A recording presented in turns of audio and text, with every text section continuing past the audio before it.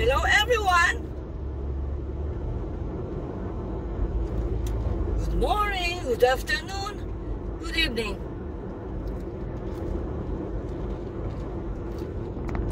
Today is May 20.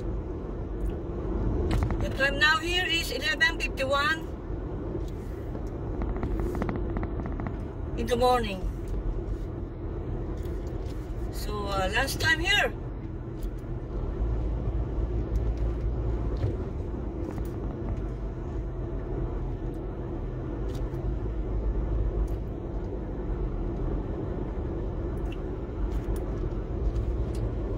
This is Liberty Hills.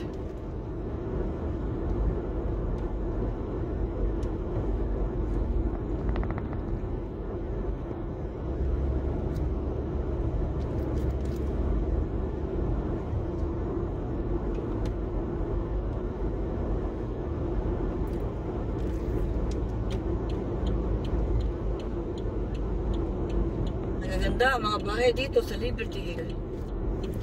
Ngayon, babagtasin na natin ang turkey pen. Pauwi na po tayo.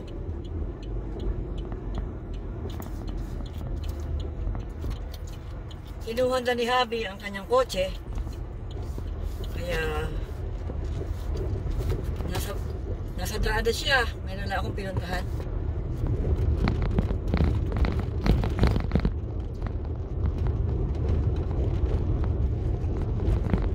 Tayo sa salon, pero sarado kasi hindi ko naalala, 12 na pala, almost 12. So syempre last time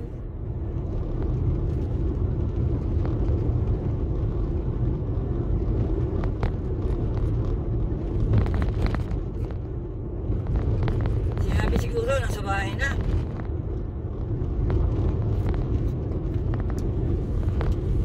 Umahagibis yun. Kaya pala ako alanganin. Alanganin nga ang oras. Sabi ni Habi, sige ikaw, baray ka, matapos na yan. Ay, magpapagupit lang. Hindi na tayo nagte-therapy. I mean, ano tawag ko? Yung keratin treatment. Nagsabi sa akin, may side effect ka raw. Alam ko naman may side effect.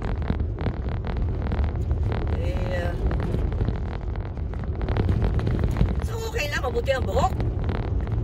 Salt and pepper na po ang buhok ko. Halo po ang itim at ang puti. Salt and pepper. Tawag ko ng salt and pepper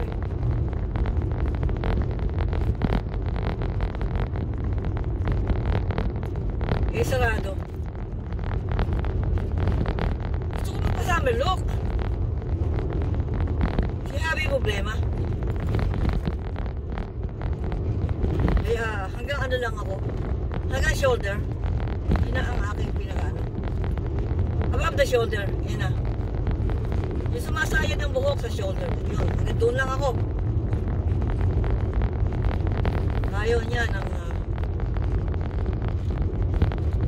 medyo maiksi ang buhok. Gusto pa niya itim ang aking buhok. Ayoko naman ang itim ang buhok. Diba? Para ako nakapiluka noon. Anyway, kanya-kanya naman tayo, diba? Yung iba gusto itim. Ayoko ng itim. Maybe dark brown.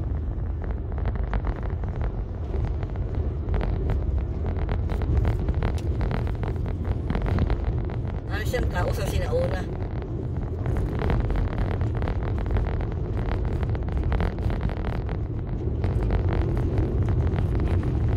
Kung ako masusunod, gagawin ko ang yung layer na shaggy.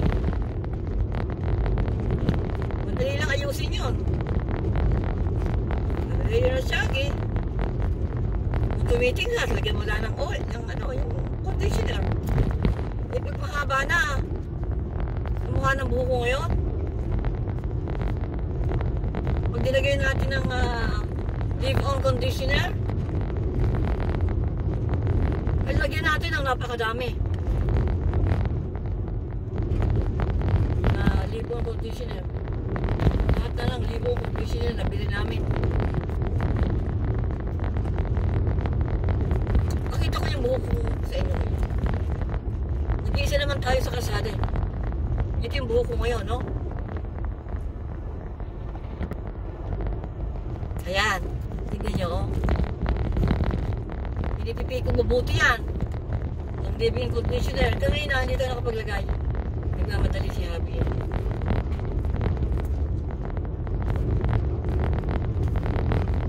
Eh, kung ako masusunod.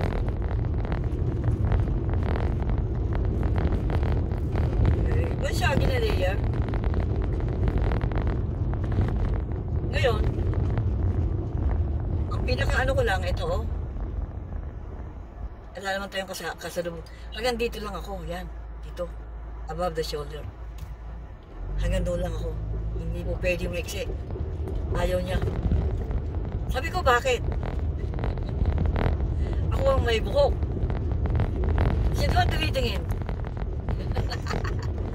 Siya daw ang tumitingin. Sabi ko, ako rin ang tumitingin sa sarili ko. Pagkawin ko supply. Ay, nakatwira niya. Basta gusto niya mahabang buhok sa babae. Sabi ko, hindi ako 35 years old. Alam mo yung, di ba, yung ibang mga 35 years old, mahahaba buhok nila. Kaya pa yusin ang mahaba buhok. Maraming, natawag to. Yun nga, kung lalagyan mo ito ng libreng conditioner, ay madaming kailangan.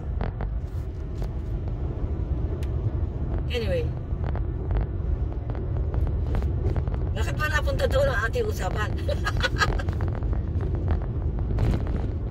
Yeah, galing nga ako kanina. Sabi nung habi ko, sige pare ka, matapos na yan. Eh, dapat ako'y alanganin. Sarado. Hindi namin naisip yung oras. Siyempre, lunch time, no?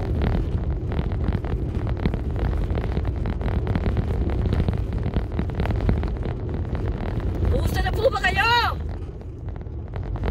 How are you? How are you all, my beautiful friends and subscriber? Today is May 20.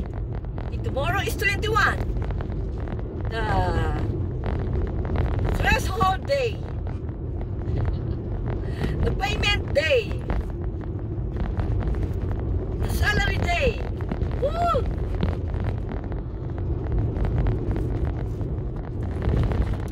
With God's will. Kanina, na-check tayo ng bangko ko eh. Wala pa eh, 20 eh.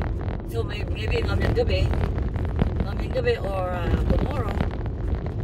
Usually, binibigyan nila ang aking threshold ng 21. Yung unang araw. Ito sabi nila, 21 to 26. Eh, ano lang, excited lang ako kaya ako tinignan.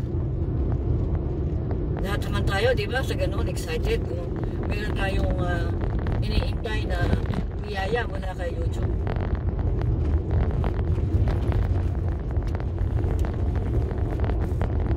Kaya, let's wait and see.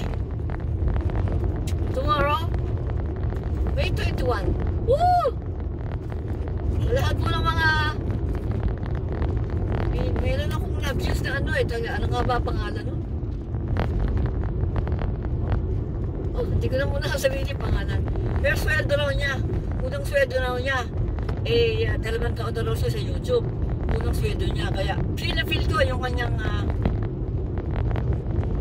kasiyahan. Kasi, ganoon din ako eh. Pero palagay ko, baka may siya sinuweldo. May git $100.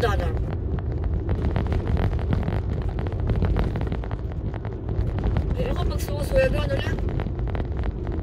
Hanggang $100 lang. Hanggang ganoon lang.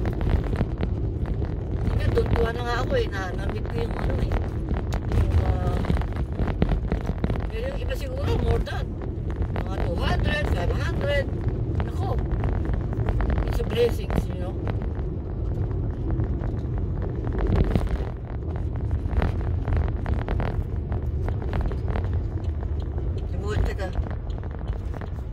alikabok dito. Ano tayo dito sa pagligo eh. Wala naman tayong kasunod. Yan.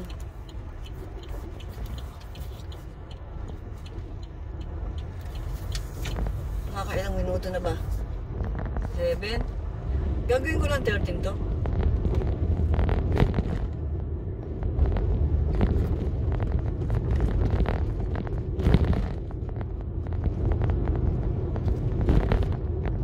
So, yun na. 2 taon daw siyang 2 taon na sa YouTube.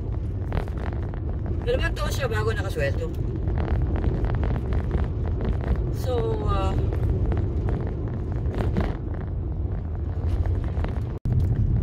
parang gano'n din ako.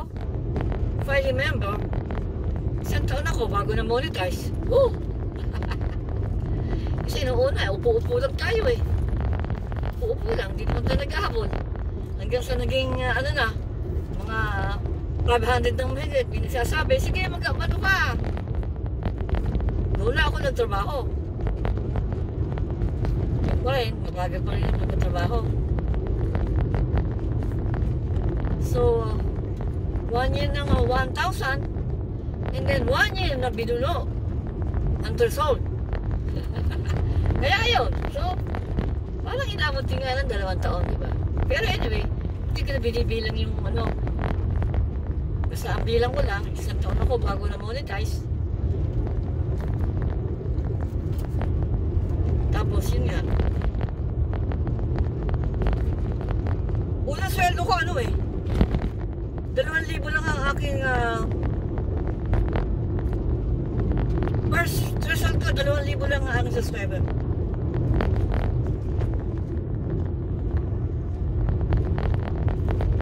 Kaya ayun nga sa inabot na nga rin ng 2 taon.